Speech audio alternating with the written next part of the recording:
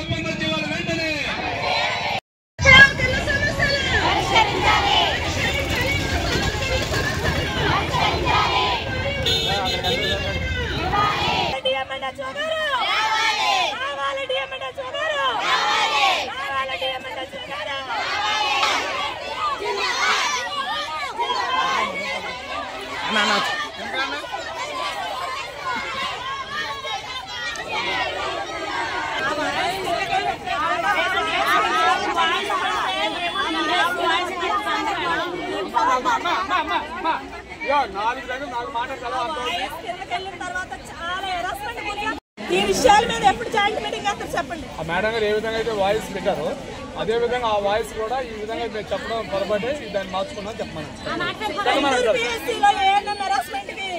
పడిపోయింది ఆశా వరకు మళ్ళీ అదే హాస్పిటల్ సిలిండర్ పెట్టారు.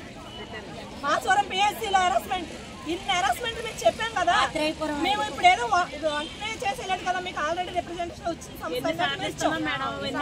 తర్వాత మాకు జాయింట్ మీటింగ్ లో చెప్పింది ఒకటి, చేసింది ఒకటి. ఇప్పుడు అదేనా మేడం గారు అక్కడ చెప్పండి.